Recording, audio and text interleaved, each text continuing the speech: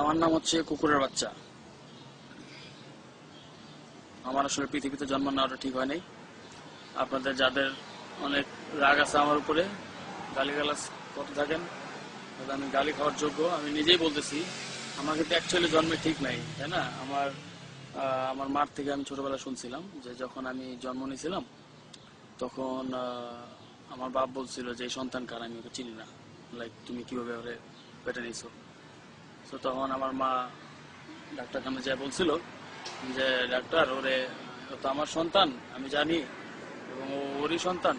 তো আপনি ওকে রাখেন পৃথিবীতে। আমার মার জন্য আমি পৃথিবী দেখতেছি, তারপরে বলতেছি যে এটা সত্য কথা, যেহেতু যার ওটে কিছু হলো পটে। আমি হচ্ছে একটা কুকুরের বাচ্চা। আমার বাপকে আসলে আমি জানি না। Bye bye.